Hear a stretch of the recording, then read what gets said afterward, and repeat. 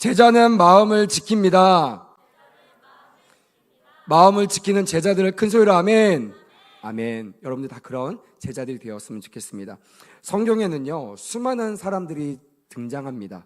무리, 군중, 그들, 저들이, 그 무리들이 이러면서 수많은 사람들을 통칭하는, 사람들을 지칭하는 수많은 말들이 등장합니다.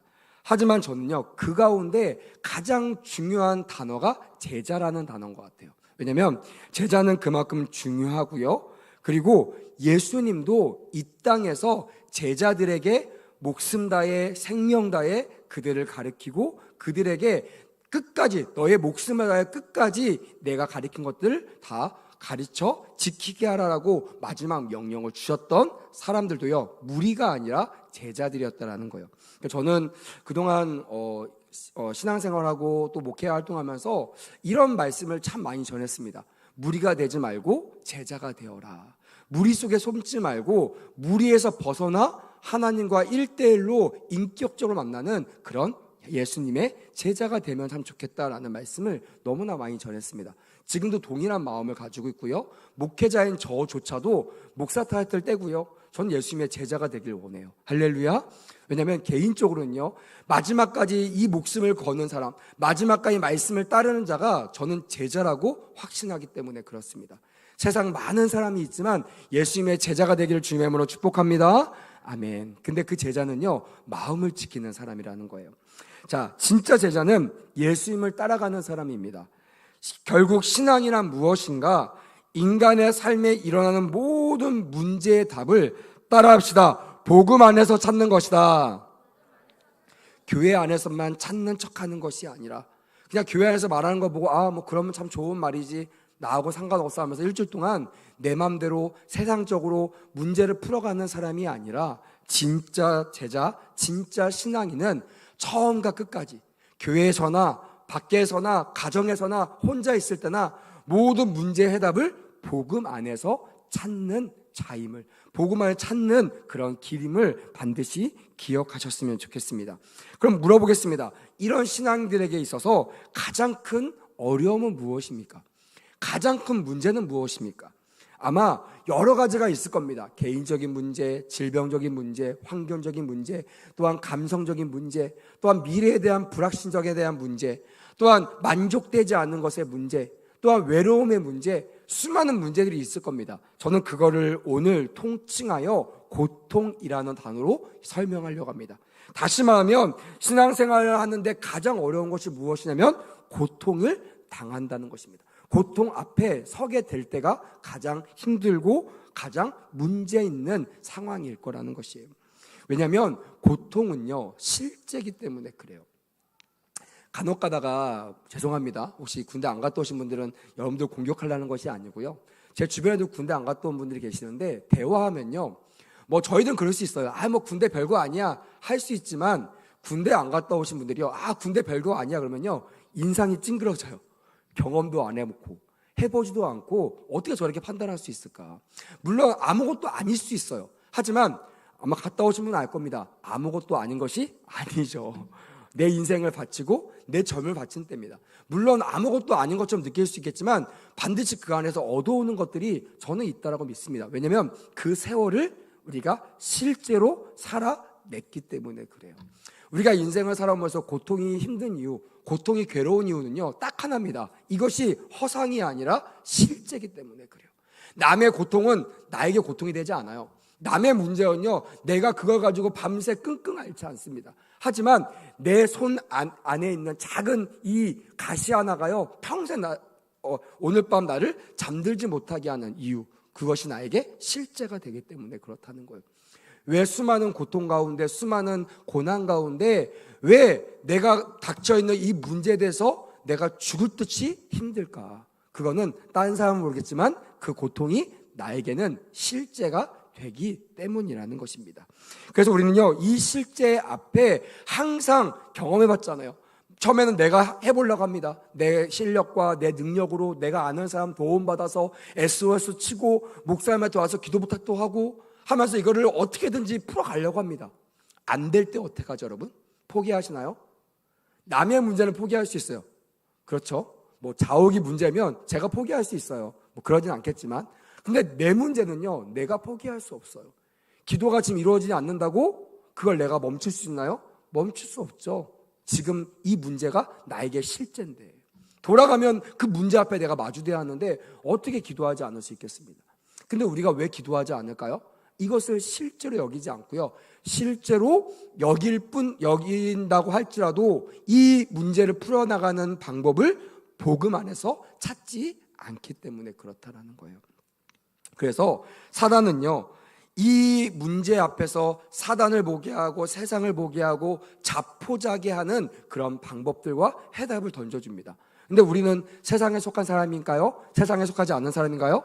세상에 속하지 않는 사람이죠. 하늘에 속한 사람이잖아요. 복음으로 문제를 해결하는 사람이잖아요. 그러니 그 결과, 그 문제 끝에 누굴 만나야 되죠? 더 크게 누굴 만나야 돼요? 예수 그리스도를 만나야 되는 겁니다. 믿으시면 아멘.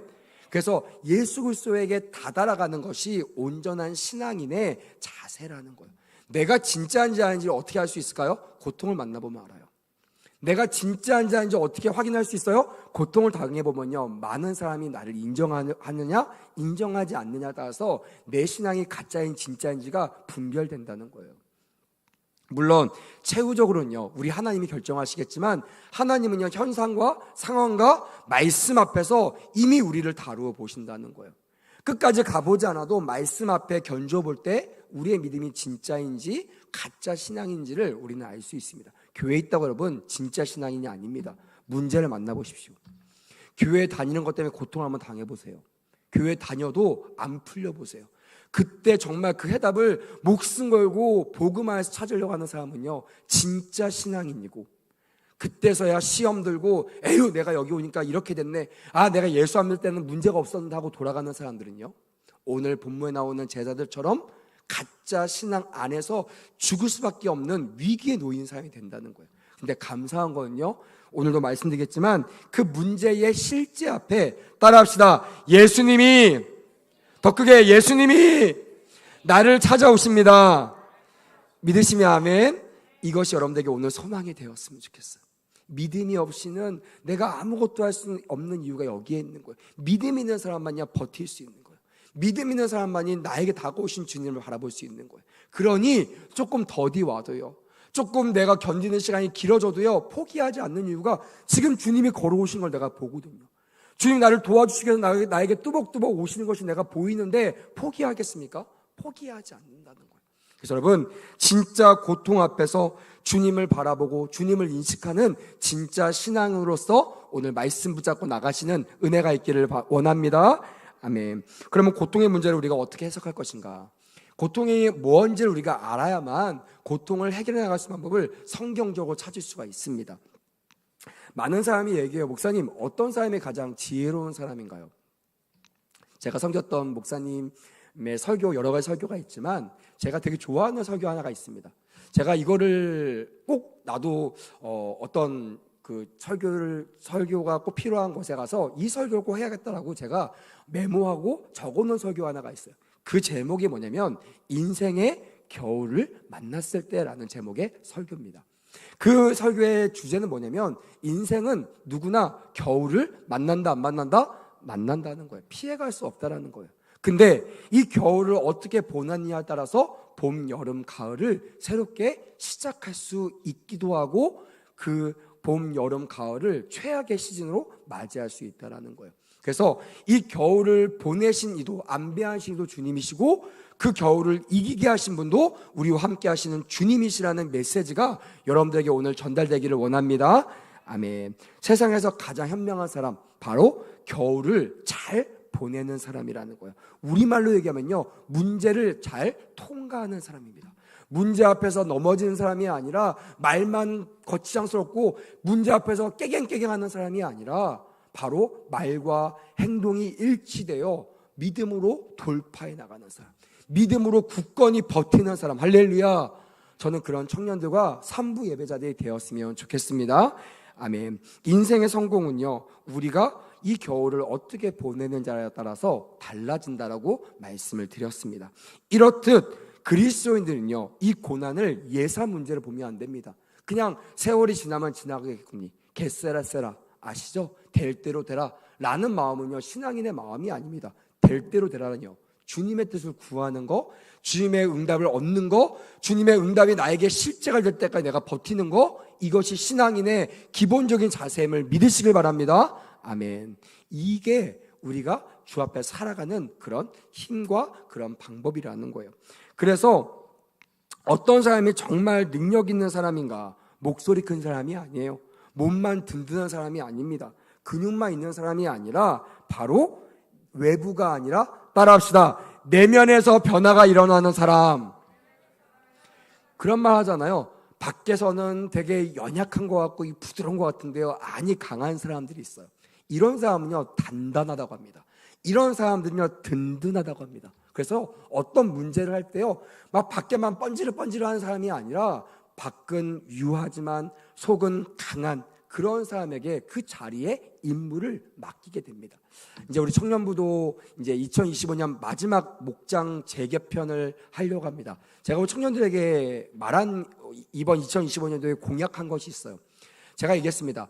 어떤 공동체든지 가장 건강한 공동체는 어떤 한 리더가 주체하는, 그 리더가 없어지면 무너지는 공동체가 아니라 그 지체가 없어질 때, 그 지체가 떠날 때 또 다른 리더들을 통하여 더 잘 되는 공동체가 진짜 건강한 공동체다. 나는 우리 청년부가 그런 공동체가 되었으면 좋겠다라고 제가 공언한 적이 있습니다. 그래서 목장을 벌써 한 3번 정도 바꿨어요. 너무나 감사하게요, 우리 청년들이 성장했다는 걸 느끼는 게 처음에는 염려가 많았어요. 근데 목자를 바꿨는데요, 목장이 활성화되는 거예요. 목자를 한 번도 안 해본 사람을 세웠는데 그 목자가 이제는 제법 괜찮은 목자로 성장하고 있는 거예요. 여러분, 그런 귀한 은혜가 계속해서 진행되기를 원합니다. 아멘. 그래서 제가 기도하고 있어요. 2주 동안 이 기간을 갖고 있어요. 그래서 이번에는 아마 제가 이제 하나님 앞에 우리 교회 와서 정말 바랬던 한 가지가 뭐냐면 성별로 나눠진 목장들을 좀 구성했으면 좋겠다. 이게 어려운 게 뭐냐면요, 성별 비율이 안 맞으면 할 수가 없어요. 막 남자가 3명, 여자가 20 몇 명 그러면요 할 수가 없습니다. 근데 너무나 감사하게요, 뭐 반반은 아니지만 거의 유사한 그 숫자로 남녀 비율을 하나님께서 만들어 주셨어요. 그리고 보니까요, 그 안에 공통적으로 만약에 여자들만 리더가 다 몰려있으면요 할 수 없는데 여자 남자 이렇게 너무나 공평하게 하나님께서 리더들을 이렇게 보여주시더라고요. 제가 지금 이제 뜸을 들면서 기도하는 마지막 부분은 이겁니다. 하나님, 제 눈으로 보이는 강력한 리더십이 아니라 정말 겉으로는 부드럽지만 주님을 믿는 믿음으로 단단한 그런 귀한 리더를 세워달라고 기도하고 있는 것입니다. 함께 기도해 주셨으면 좋겠습니다. 할렐루야. 그래서 우리가 다다음 주에 이게 발표가 됐을 때 뭐 다들 막 우왕좌왕하고 힘들어하는 그런 목장 청년부가 아니라 주님께서 주시는 그 음성들 가지고 단단하게 하나로 뭉쳐지는, 그래서 정말 너도 나도 할 거 없이 남자 여자 할 거 없이 함께 발전 성장해 나가는 그런 우리 청년부가 되기를 원합니다. 아멘. 그럴 때 아마 3부 예배가 조금 더 업그레이드가 되지 않을까라는 기대를 가져봅니다. 여러분, 우리 인생에서 가장 능력 있는 사람은 누굴까요? 내면이 강력한 사람이에요. 어떤 상황 속에서도 내면을 지킬 수 있고, 고집이 아니라 유동성 있고, 고집이 아니라 유연하게 모든 것을 대처해 나가 돼. 진리를 벗어나거나 진리를 훼손하지 않는 사람. 진리 앞에서는 목숨 걸고 비본질적인 것들은 유하게 바꿀 수 있는 그런 귀한 청년들과 3부 예배자들 되기를 주님의 이름으로 강력히 원합니다. 아멘. 이런 리더십이 있으면요, 그 리더들, 그 그룹은요 아주 훌륭하게 자라게 됩니다. 제가 그래도 대학교, 대학원 수많은 학위를 겹치면서 이 리더십 강의를 정말 많이 이수했거든요. 이 리더십 강의만 가지고도 전공할 만큼 그렇게 수업도 듣고 많은 이수를 했습니다. 그러면 제가 공부를 하면서 느낀 거 뭐냐면, 야, 세상에 있는 리더십 강의가요 성경 안에서 갖고 왔더라고요.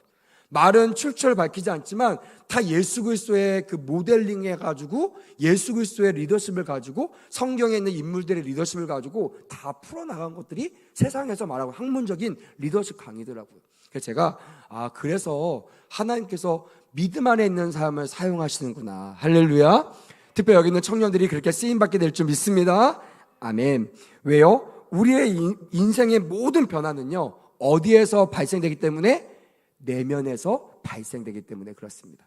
여러분, 외부적으로 한다고 변화가 되나요? 변화되지 않아요. 뭐 문제 앞에서 막 데모하거나 막 말하거나 막 이러면 안 돼요, 안 돼요, 안 돼요 한다고 그것이 변화되던가요? 변화되지 않아요. 오히려 주님은요, 그래서 기도하라고 하는 거예요. 어떤 사람은 목사님 너무 소극적인 거 아니에요? 나가서 우리 목소리를 내야지, 데모해야지. 우리가 나가서 합심하여 막 힘을 모아가지고 의견 모아가지고 막 쫓아가서 들어가서 결판 내야 뭔가 변화되지 않을까요? 여러분, 성경을 한번 보세요. 믿음이 없이 하지 마시고 성경적으로 해보세요. 성경에서요, 그렇게 문제가 풀어나간 적이 있나요? 없어요, 여러분. 오히려 주님께서 이렇게 말씀하셨어요. 따라합시다. 기도 외에는 이런 능력이 나타나지 않는다. 여러분, 모든 문제 해답은요, 우리가 봤을 때는요, 외적으로 해야 될 것 같아요. 말해야지 알 것 같고 내가 행동해야지 우리의 무서움을 알 것 같지만 아닙니다, 여러분. 그동안의 몇천 년의 기독교 역사는요, 그렇게 행동하지 않았어요. 우리가 막 쪽수를 밀어붙여가지고 뭘 장악한다든지 우리의 의견을 표출한 적이 한 번도 없습니다, 여러분. 항상 주님을 앞세우고 우리는 주님을 의지하여 기도하는 자리에 나갔다는 거예요. 그럴 때 우리 주님께서 우리 내면을 변화시켜서 우리가 하나님의 일을 할 수 있는 사람으로 완벽하게 변화시켜 주셨다는 것이에요. 동의하시면 큰 소리로 아멘. 그러니까 저는 우리 청년들과 우리 산부 예배자들이요, 교회 생활하면 신앙생활할 때 막 무리를 지어서 그 무리의 힘으로 뭘 해나가려고 하지 않기를 원합니다. 세상은요, 쪽수로 밀어붙여요. 사람 많이 모이면요, 그 안에서 리더를 뽑고 그 리더가요 막 모든 것을 이끌어 나가려는 것이 세상의 법칙입니다. 그러니까 망하는 거예요. 그러니까 문제가 생기는 거예요. 왜요? 모든 사람이 똑같은 마음이 아니거든요. 근데요, 겉으로는 얌전한 것 같지만, 겉으로는 온순한 것 같지만 그의 심성에서 굳은 믿음과 또한 진리를 사수하는 그 모습을 통해서 또한 그것이 밖으로 나올까요, 안 나올까요? 나오죠. 그럴 때마다, 특별히 어려움을 당할 때마다, 야, 어떻게 저 사람은 저 연약해 보이는데 저렇게 담대하게, 저렇게 믿음 있게 행동할 수 있을까? 라는 평가를 받게 된다는 것이에요. 그래서 인생의 모든 변화가 어디에서 일어난다? 내면에서 일어난다. 믿으시면 큰 소리로 아멘. 아멘. 그래서 주님께서 마음을 지키라고 한 것입니다. 내 내면을 지키라는 것이에요. 그냥 부안애동하지 말고 그냥 내 안에서 그냥 막 하나님을 사랑하는 마음을 가지고 기도하는데 힘쓰고 애쓰라고 말씀하셨다라는 거예요. 여러분, 우리가 고통 속에서도 이 원리는 동일하게 적용돼야 됩니다. 고통당할 때 우리는 외적으로 몸부림치려고 합니다. 내가 지금 망하게 생겼어요? 내가 지금 죽게 생겼어요? 가만히 있을 사람은 없습니다. 바보라고 생각하죠. 외쳐야죠. 나 도와달라고, 나 좀 도와주세요. 찾아가야죠. 의사도 찾아가고, 돈 많은 사람 찾아가고, 능력 있는 사람 찾아가고, 나를 좋아하는 사람 찾아가야죠. 세상은 그게 진리라고 얘기합니다. 근데 여러분, 우리 주님은요, 이 고통 속에서도 동일한 원리를 적용하기 원하신다는 거예요. 어떻게 하라고요? 내면을 지키라는 거예요. 다시 말하면 마음을 지키라는 거예요. 또 다시 말하면 생각을 지키라는 것입니다. 할렐루야.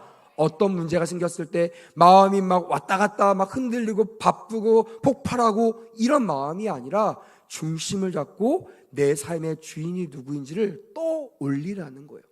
저 사람이 날 도와줄 것 같죠? 찾아가 보세요. 그 사람이 여러분들을 문전박대 할 것입니다. 왜? 이 사람과 친하게서 나한테 도움될 게 없거든요. 근데 우리 주님은요, 우리 삶의 주인이시기 때문에 우리가 주님께 요청합니다. 주님, 지금 문제가 생겼어요. 주님, 돈이 없어요. 주님, 지금 직장에 문제가 생겼습니다. 그럼 우리 주님께서 야, 네가 종인데 네가 알아서 해. 그러겠습니까? 아니, 여러분, 주인은요 절대 그러지 않습니다. 종은요 얘기만 하면 됩니다. 종은요 보고만 하면 됩니다. 책임은, 일은 누가 하십니까? 주인이 하는 거예요. 업자를 불러 돈을 들여가지고 공사합니다. 문제를 해결합니다. 왜? 내 거니까, 내 물건이니까, 내 집이니까, 우리 교회니까. 근데 여러분, 그 문제 앞에서 누가 너의 주인인가가 결정되는 거예요. 내가 내 마음대로 간다? 그러면 내 삶의 주인이 내가 되는 거예요. 말과 상관없습니다. 진짜 행동이 진짜예요. 내 안에 나오는 것들. 내가 어려운 가운데 주님을 의지하고 겸손하게 주님보다 앞서 나가지 않는 사람들, 그런 사람들은요 진짜 내 중심의 주인이 주님인 사람들이에요. 저는 오늘 이 말씀을 통해서 여러분들이 그런 인생 되었으면 좋겠습니다. 아멘. 그래서 겨울을 맞이하면요, 내가 어떤 인생을 살아왔는지가 결산된다는 거예요. 뭐 과거는 크게 문제가 없습니다. 너무 감사하죠. 과거가 연장된다고, 과거가 근거가 되면요, 우리는 살 소망을 잃어버립니다. 돈 없는 사람들, 망하는 사람들의 과거를 보면요, 흥청망청 쓰거나 돈에 대한 개념이 없습니다. 사람을 잘 믿습니다. 또한 경제관념이 없습니다. 사업수단이 없습니다. 그것이 근거기 때문에 그 사람이 돈을 얻어도 또 사업하면 망하는 거예요. 소망이 없는 거예요. 근데요, 우리 주님은요, 과거를 묻지 않으신다는 거예요. 왜요? 이미 주님은 우리의 인생이 주인이 되어주시기 때문입니다. 할렐루야. 우리가 내어만 주면 돼요. 인정만 하면 돼요. 주님, 우리 내 인생의 주인이십니다. 주님께서 나가시면 저는 따라가겠습니다. 그러니 내가 아무것도 없어도요, 모든 것을 가지신 주님만 동행하고 함께하면 우리의 모든 겨울이 지나가게 될 줄 믿습니다. 아멘. 그래서 봄, 여름, 가을, 이 겨울을 잘 지내면요, 너무나 해같이 빛나고 아름답고 따스하고 풍성한 이 계절을 맞이하게 될 줄 믿습니다. 아멘. 근데요, 사단은요, 이런 고통 앞에 우리에게 주는 미혹이 있습니다. 이번 주에도 우리 청년들과 제자 훈련하면서 많은 친구들이 그러한 얘기를 했습니다. 목사님, 은혜를 받았는데요, 왜 어려움을 더 많이 당하죠? 목사님, 왜 제가 더 믿음을 나가려고 하는데 왜 옛날 같은 모습같이 느껴지지 않죠? 이런 얘기합니다. 저는 그때도 그랬어요. 당연한 결과다. 왜냐하면 네가 하나님 앞에 전지에 나가거나 붙들려 살지 않으면 사단이 경계하지 않아요. 그냥 6개월, 6년, 아니 60년 동안 내버려둬도요, 한 번만 딱 건드면 예수님 버리고 포기하는 인생은 절대로 사단이요, 두려워하지 않습니다. 근데 이 친구들이 은혜를 받았잖아요. 다시 말하면 내 안에 예수의 피가, 내 안에 예수의 생명이 막 살아있잖아요. 그럼 어떻게 되면 이제부터 총공력해서 일을 다시 예수 없는 사람으로 돌려놓으려고 하기 때문에 공격이 더 심한 거예요. 근데 여러분, 그것은요, 따라하겠습니다. 미혹입니다. 미혹은 진짜인가요? 가짜인가요? 가짜예요. 진짜 우리가 수렁에 빠지면 기대하지 못한, 나조차도 실망하는 모습이기 때문에 내가 그렇게 느끼는 것이 아니라, 나는 완벽하고 나는 온전하고 나는 신실한 모습으로 나아가고 있는데 사단이여 그런 모습이 아니라 나의 연약한 모습으로 가리어서 나를 그렇게 여기도록, 나를 그렇게 생각해서 주님께 떨어지도록 미혹한다는 것이에요.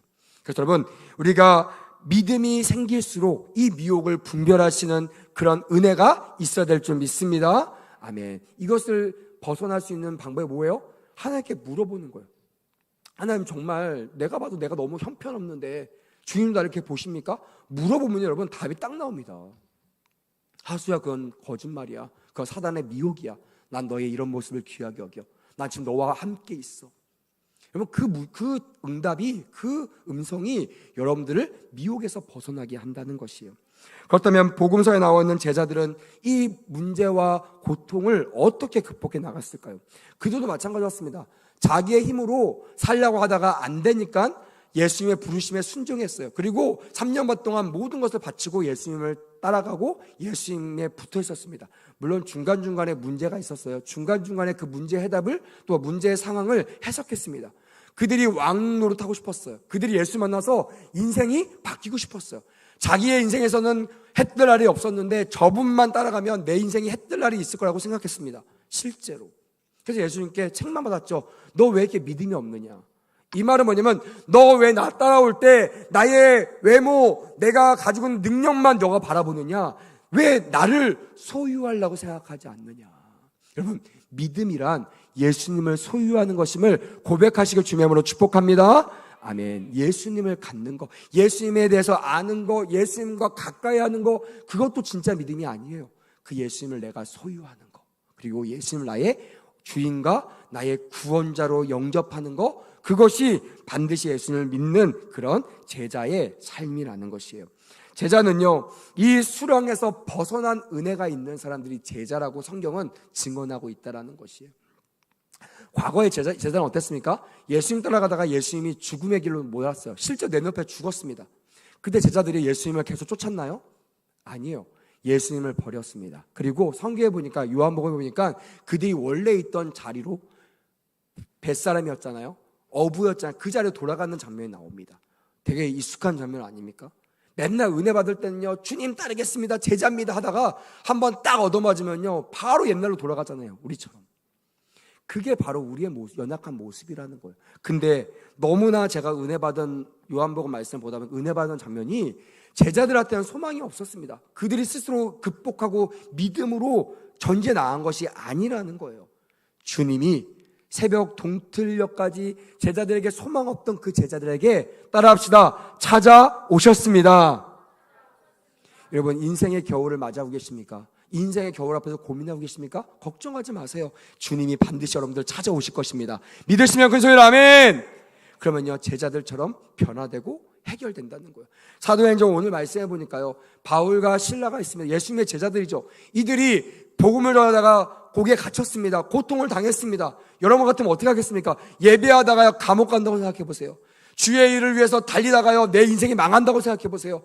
교회에 충성하다가 내 손발이 잘린다고 생각해 보세요. 내 자녀를 잃어버린다고 생각해 보세요. 간혹 가다가 주의 종들의 자녀들을 하나님께서 부르신 경우들이 있습니다. 제 친한 형도 정말 그 어린아이를 하나님께서 부르셨어요. 제가 그 장례식장 가서요 그 형한테 한 말도 못 하겠더라고요. 할 말이 없더라고요.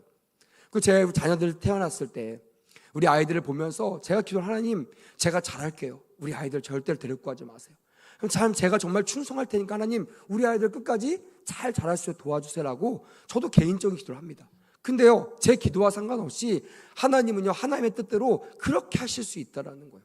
그 말은 뭐냐면 어느 누구도 이 겨울을 피해갈 수 있는 사람이 없다라는 것이, 조금 더 추운 겨울을 맞이하느냐 조금 더 따뜻한 겨울을 맞이하느냐의 차이지 인생에는 반드시 겨울을 맞이하게 된다는 거예요. 근데 우리는 염려할 것이 없어요. 왜요? 아까 말씀드렸죠. 겨울 동안에 누가 우리를 방문하신다? 예수께서 우리를 방문하신다. 볼지어다 내가 문 밖에 서서 너에게 두드리노니. 추워서 꽁꽁 담고 있는, 꽁꽁 싸매고 있는 우리들에게 주님께서 오셔서 노크하신다는 거예요. 문 열어줘, 내가 왔어. 그때요 믿음이 없어서 불신해서 문을 못 열어준 사람이 아니라, 혹시나 내가 문을 열었을 때 그나마 따뜻한 이 집에서 나를 끄집어내서 나를 고통스럽게 할 거라는 그런 불안감 때문에 문을 못 열어준 사람들이 있어요. 여러분, 그 사람들 오늘 말씀을 통해서 문을 활짝 열기를 주님의 이름으로 강력하게 원합니다. 아멘. 그것이 우리가 이 겨울을 이겨나가는 방법이에요. 주님께서 부유하고 경건한 마음으로 진짜 능력 있는 그리스도인으로 우리를 세워 주신다는 것이에요. 오늘 본문을 보니까 이 바울과 실라가요 그 옥중에서 예배하다, 그 복음 전하다가 감옥에 갇혔습니다. 매를 맞았습니다. 수갑을 찼습니다. 발에 사슬을 묶었습니다. 자유롭게 할 수가 없었습니다. 얼마나 괴롭겠습니까? 저 같으면요 따졌을 거예요. 주님, 제가 놀다가 이렇게 됐습니까? 제가 죄 유익을 구했습니까? 오직 주님을 해서 했는데 왜 나에게 이런 고난을 주십니까? 저 같으면 그렇게 했을 겁니다. 근데 이들은요 너무나 놀랍습니다. 제가 할 수 없는 것들을 하는 거예요. 뭐야 하는지 아십니까? 따라해 보겠습니다. 예배하였다. 아무도 예배하지 않는 그곳에서 나는 예배하리라. 아까 찬양팀이 찬양하는데요 제 마음을 두드리더라고요.